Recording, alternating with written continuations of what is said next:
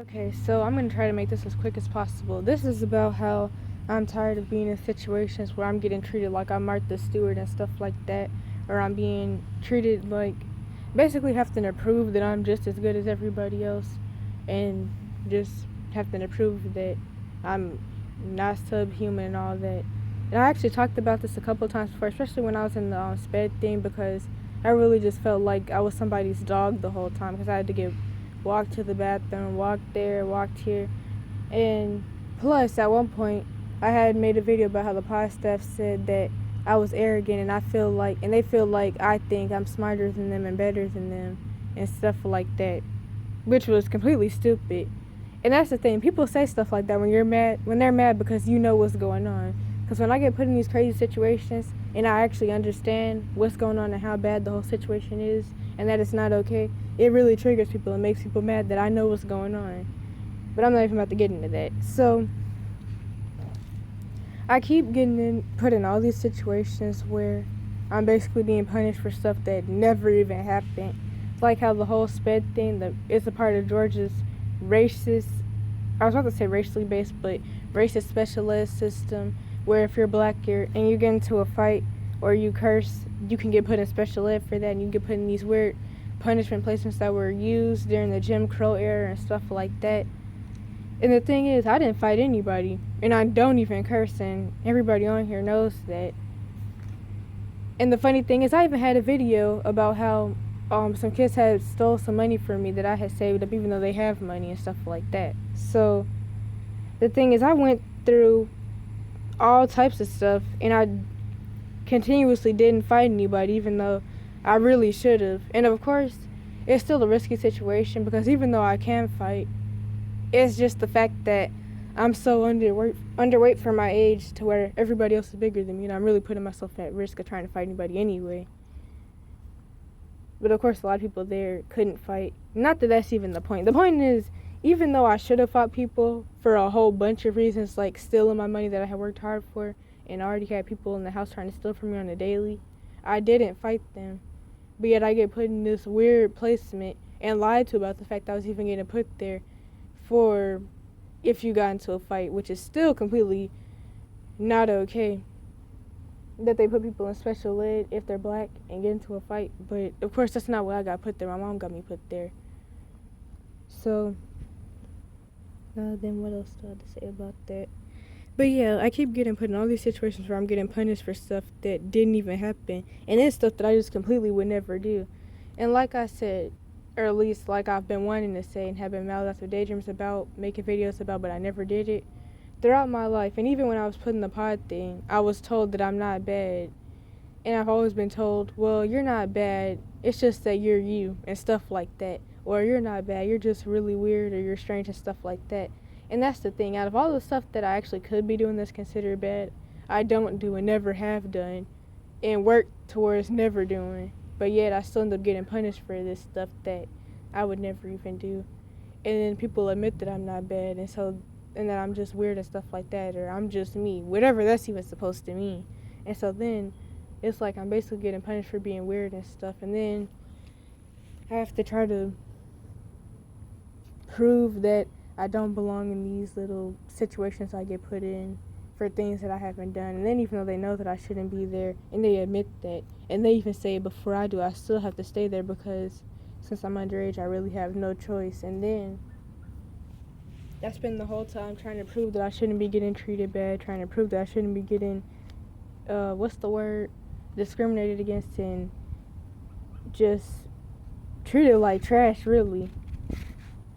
Then the whole getting treated like trash and discriminated against and stereotyped based off of problems that I don't even actually have or show signs of. I'm really tired of that.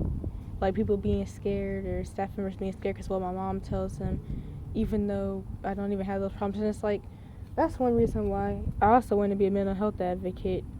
Because, like, how I've been treated based off of problems that I don't even have or show signs of, I can't even imagine how the people who actually do have these problems and show signs of it, I can't even imagine how they get treated. And so, what else?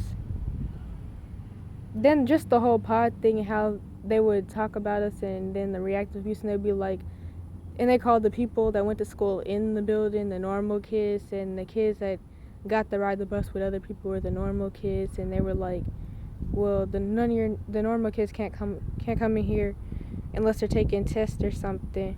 But they eventually stopped doing that because they would curse us out so much and embarrass us and talk junk about us so much to where the normal kids would even start wanting to record it and start looking like they were about to record it.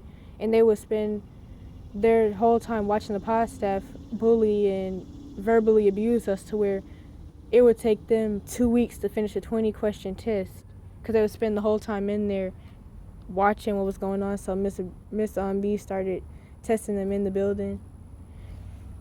Eventually, after a couple weeks of me being in there and that happening, anyway, they would be like, the normal kids can't come in here because their chemicals and your chemicals can't mix.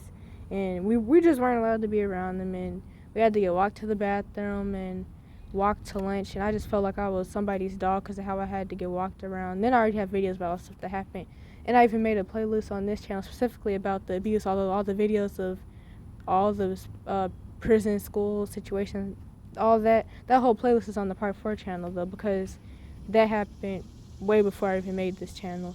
In fact, that happened before Defects even snitched about the videos, and my sister deleted them some days later, because they snitched on 3/23/22, and I got put in the thing on 2/17/22, which is the same day the social worker came to the house anyway.